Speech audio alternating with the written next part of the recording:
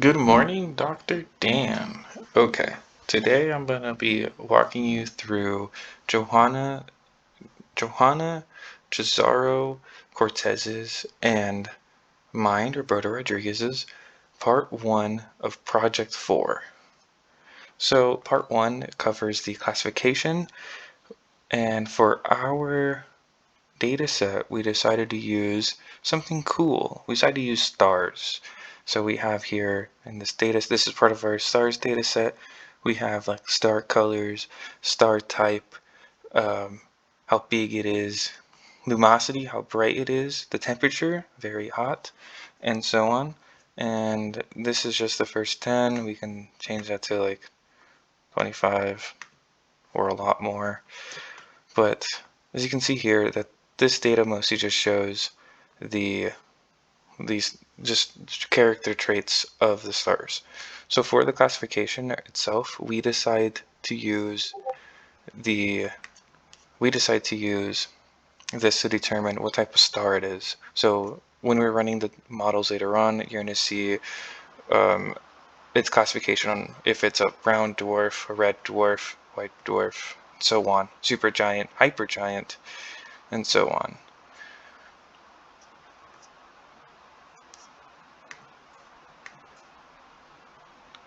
So, moving on through the steps of through our code blocks, you can see that we follow a lot of the same steps from the lecture videos we were given earlier. So a lot of these are essentially the same thing. We have the confusion matrix being imported. The data set here is one of the most notable differences at first. Instead of being the iris, now it is the star type. Over here, just reading that star type CSV into a data frame, and then this is just describing, like showing that we are properly containing the right values inside of our data set into the data frame. As we scroll down, we're just going through the same exercises as the course video first, just to make sure that everything is running smoothly. So right here you can just see all of the different classes, all the different star types, and here we are just taking the different texts, the different sort of like star types. Right here is a text, so we're grabbing all of those values and then turning them into integer values, and we're going to do that again for star class, for spectral classes, and then again for star color, because again these aren't numbers, and data sets and these models won't know what to do with words, with text, so we're changing them into number values so they can be easily read through. And then this is just randomizing the data. It will be the same as the star type, but just in random row orders. Here for this, we're just getting specific features from the data set and making sure that they are matching to the correct portions of another data frame. We are essentially copying the data frame that was inputted into another one to make sure that whatever changes we make to one data frame doesn't permanently change the data frame that we pulled all the data into. That's just to make sure that for this project we won't ever need to go back to the original data frame. So in this case the DFST, we're making sure that when it gets called into this method, we are not changing it in a way that we won't be able to recover this data back. In this project, we won't ever use this data frame again. It's pretty straightforward, in which when we do, if we ever do change the data frame, it will be completely fine. So this is just more of the same from the video. So skipping over to the models themselves, we have these four. Two of the models, again, are very similar to the video portion, and we decided to stick with these models just because we can use them as a sort of framework when deciding what to do for our next two models. And because we have some background knowledge from the course video lectures, we're able to have a better understanding over these two models than when it comes to picking a new one. The linear support vector we picked from the scikit-learn guide. So when choosing a classifying data model, one of the first requirements was, is this less than 10,000 data samples? It is. Therefore, we go over to the linear support vector. And for the Gaussian naive Bayes model, we chose this one again because we had more of a background knowledge from this model inside of our lecture notes, and we went over this naive Bayes, so we wanted to see how it would be implemented inside and really practiced. So when changing the different attributes for these models, we wanted to make sure that they stayed true to whatever the data was. We wanted to make sure that they were being as accurate as they can be. So right here you can see that one of the first changes we made was making sure the max iterations was changed to 1,000, except for the Bayes. Every other ones had their iteration set to 1,000. This was to make sure that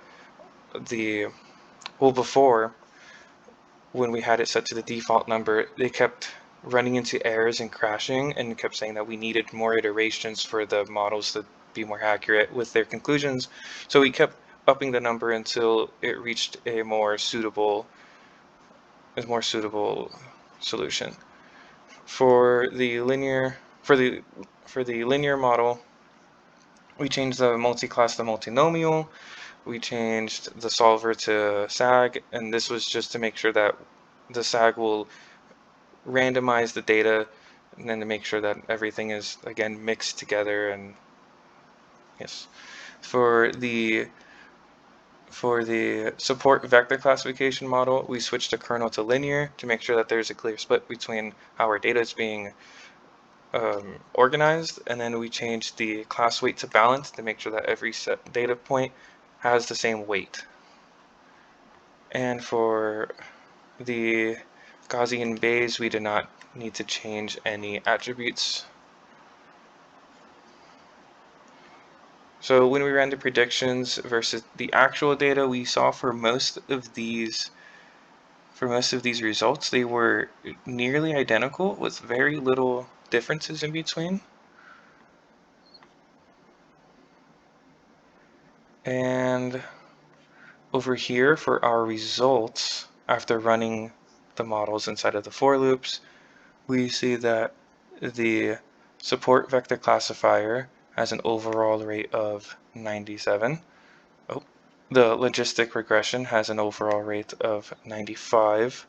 The linear support vector again has 97.92, and the Gaussian Bayes has a 97.2. So overall, from the predictions themselves, the one with the lowest score is the logistic regression. However, when comparing to their validation scores, we can see that the logistic regression has the lowest score, while the support vector classifier has the highest. So we found that the support vector classifier would be the best one to choose in here, just because of the overall from the validation and the overall score from the training splitting tests. We saw that this one was the best applicable. And then lastly, we have the confusion matrices. For these matrices, we see a lot of the repeated info from the overall tables up here. For example, we see that the logistic regression has an issue when trying to classify a white dwarf and also trying to classify a supergiant. So when we go back up here to the results, we see that the white dwarf and supergiant are the only ones without 100%. And the same holds true for the rest of these. So for example, inside the support vector classifier, we have a supergiant that has that was misclassified. And inside the support vector, we have a supergiant that is misclassified. And this, again, this pattern holds true with the other two. And we can also see its prediction accuracy throughout the bottom. And yeah, over here is just the rest of our results and conclusions about why we chose each model, followed by our conclusions and what we thought after going through all of this. Thank you for watching the video.